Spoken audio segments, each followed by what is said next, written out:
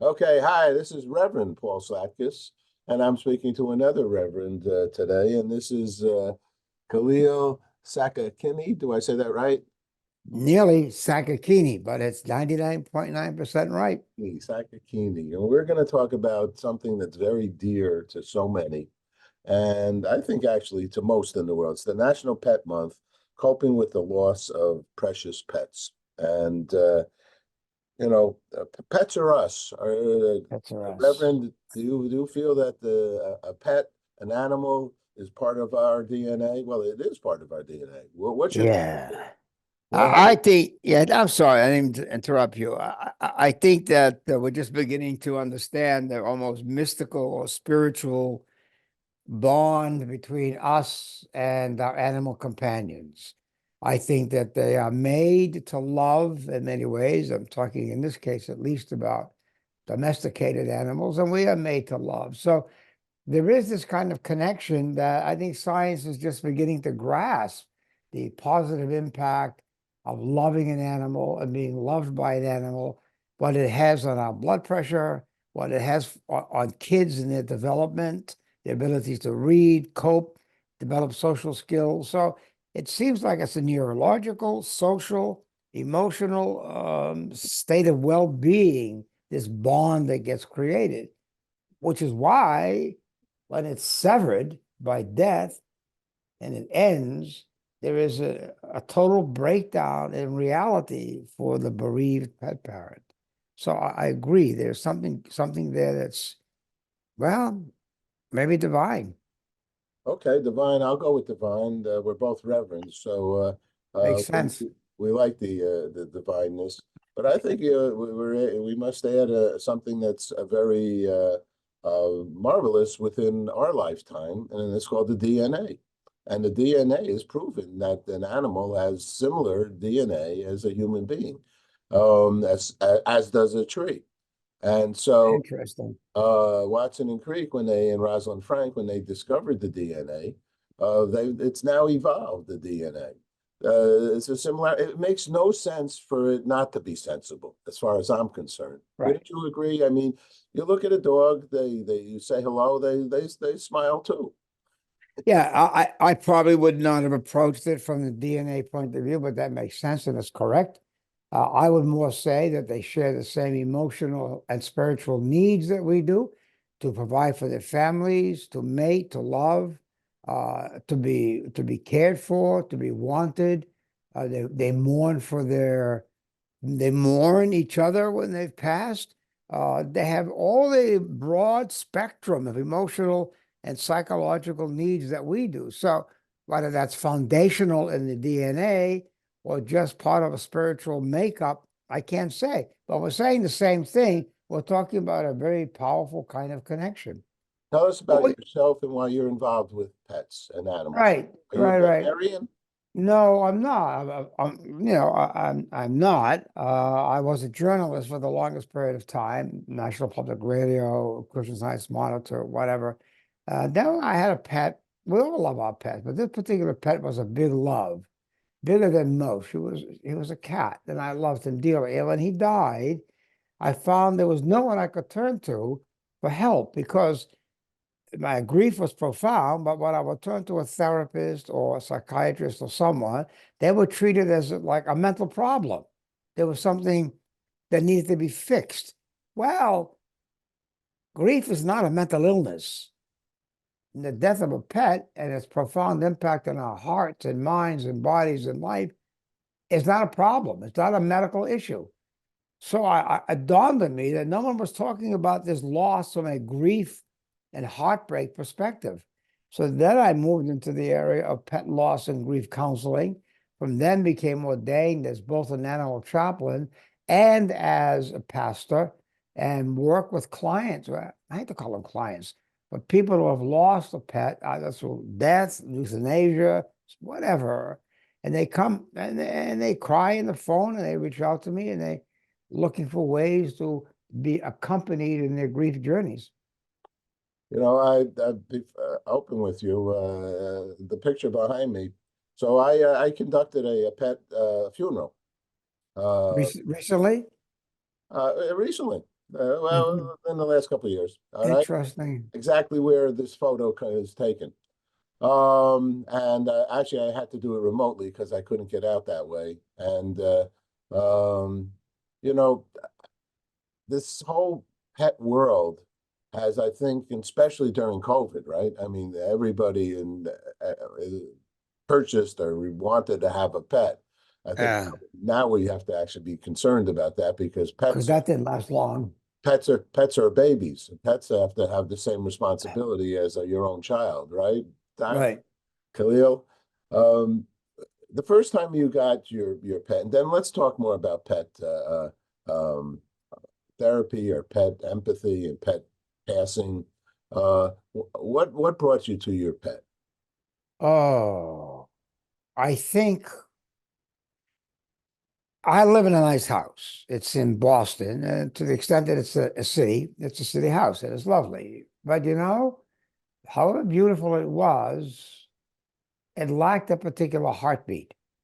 And there was an emptiness that wasn't able to be fulfilled. I love my partner, my wife, very much. We had two kids, they're all grown up, but the house continued to ask for something else. And I knew, of course, it was a pet.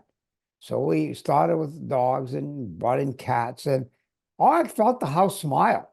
It was like it had someone to enclose, to embrace, to love.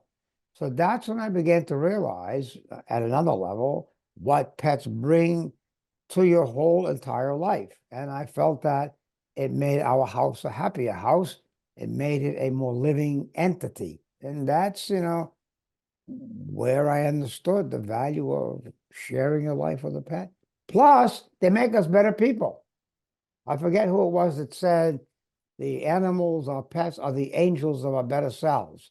So they bring out so much that's good in us that when they pass, one of the biggest fears that we revert back to our old, narrow-minded, selfish, limited capacity to love self. So that's also a kind of thing that takes place when we lose our beloved animal companion. Oh, wowie, Reverend, Animal Talks.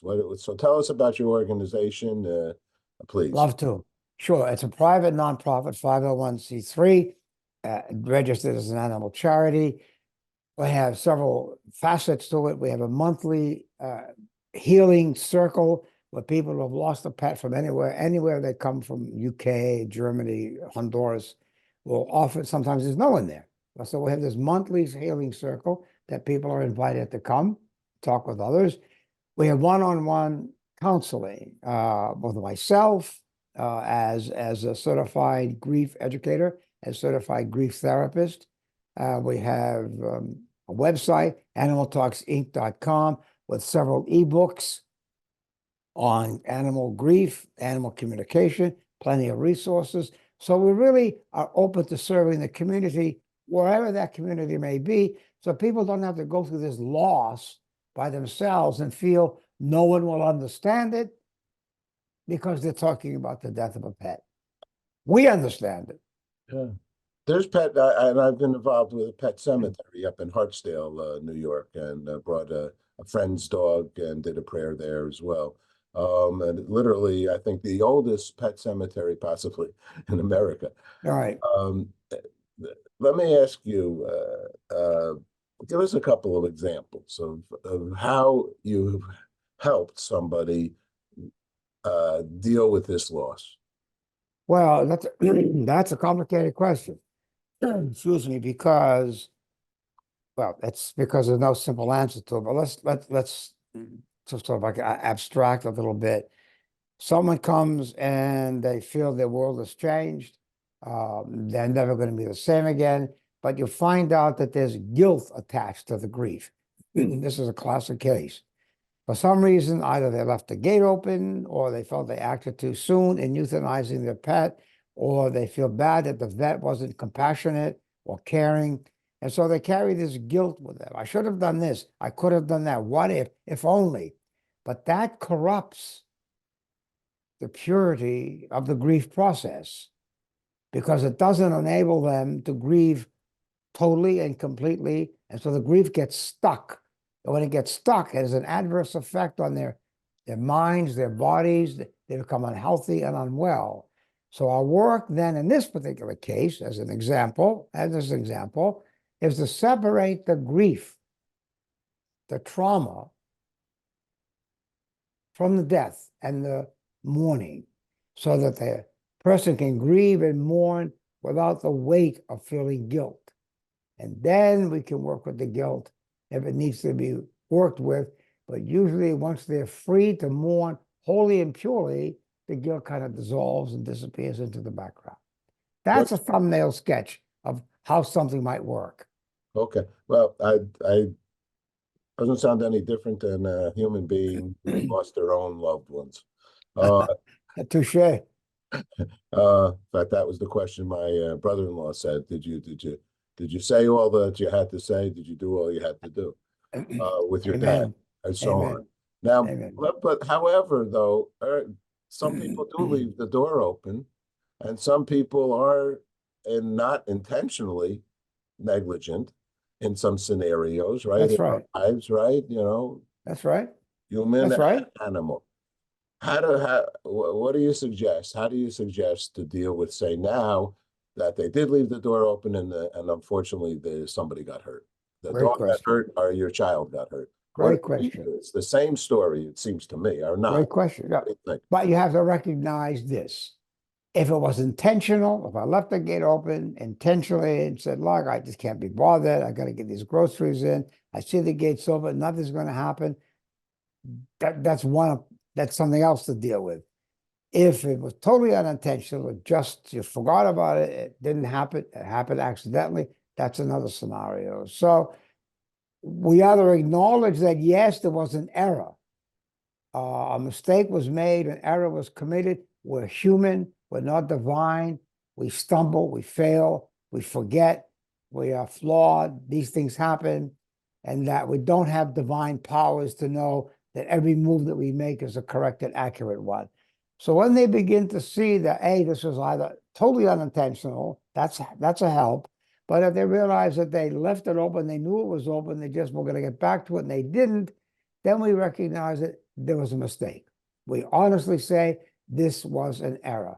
But we move on from there and try to work that out and bring some peace and not reconciliation, resolution. Yes, I can live with this mistake that I made, which is better than continuing to deny it and feel guilty about it. How do you proceed with this now? You said you're in the Boston area. Right. So are we talking about one-on-ones? Good question. Talking about Zooms, or how are you proceeding? I typically work by phone as opposed to Zoom because I find that the phone is an intimate and warmer instrument than Zoom. When a person's on the phone, they can cry. They can be more open. There are fewer distractions. It's just a more intimate connection. With Zoom, there are distractions, there are judgments about how you look, how the other person looks, what opinions you're forming. So I think the phone brings you that much closer to the person. You're ear to ear, so to speak. And there is a closeness and a connection that gets formed, which I find to be far more effective than Zoom. You just taught me something, or made me give a second look here to my Zoom calls. Of course, and actually, you brought me back to my master's degree, and Fairfield, in Connecticut. Ah, And so I'm a local yokel guy. My sister went to BU, so I know no Boston. kidding. Come and see me. Well, I'm in New York, Manhattan, but I will when we go up there. Absolutely. But I'm still recovering. The Celtics lost last night, so and I'm a Celtics fan. But Yeah, we the are. wonderment here is back to communications. Okay, so one of the things they taught me, this little whippersnapper at 21 years old, is body language. And Right. I've always been a boob tube guy, right? And sit in front of the TV. So seeing you for me but not everybody is as open to be a crier. So right now, say I lost something, and am I going to cry in front of you? No, not on Zoom. I don't think you would on Zoom. I think there are subconscious, subliminal social pressures that will help you feel, that sort of keep you centered, and you'll say what needs to be said. I think, I'm guessing. On the phone, it's just a voice. And my when I used to be a theater director once upon a time.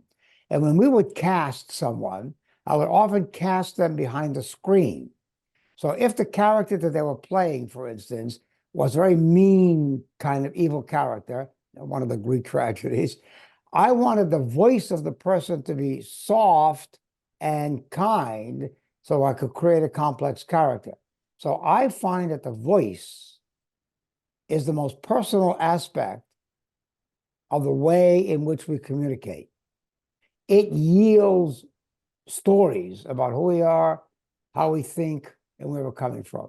Not so visually, even though body language is critical, vocal language, vocal gesture, vocal pause, vocal accent, vocal emphasis tells me so much more because I'm just listening to that without the distractions of the visual.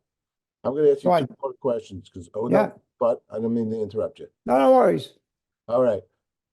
Just two questions because, I see what I have in front of me. Okay. Or if I would have been on the phone, I could hear what's in front of me. And that's a man who I really would like to talk to more. I hope And, so. it has a lot of brilliance. So I just, it's a wonderment on my part. What was your profession prior to this, or has this been always your profession? No, not at all. No, I sort of jumped around a lot. I was the editor of a magazine called the Rob Report. Don't know if you know it or not. Years ago, Big I Time was Magazine. sorry. Big Time Yeah, Magazine. yeah, yeah. It wasn't my lifestyle, but there it is. Then I moved from that into journalism. Because of my ethnic background, cultural background, I tended to cover the Middle East and the Muslim world a lot. Um, so I did, as I said, I worked for NPR, Christian Science Monitor, Boston Globe, Boston Herald as a freelancer. And then I was a travel writer. So to sum up your answer, I was a journalist, a correspondent prior to this. And then And what exactly made you become a the uh, loss of that pet, the loss of that cat, Cairo, Kyro, who was a big love, a big, fluffy black cat just with whom I bonded beyond anything I did with a human being. Oh, only because with human beings, I'm always in some sort of argument or judgment or disagreement or critical. Why did you do this? How come you did that? But you said you were going to do this. Why do you always? That doesn't happen with an animal.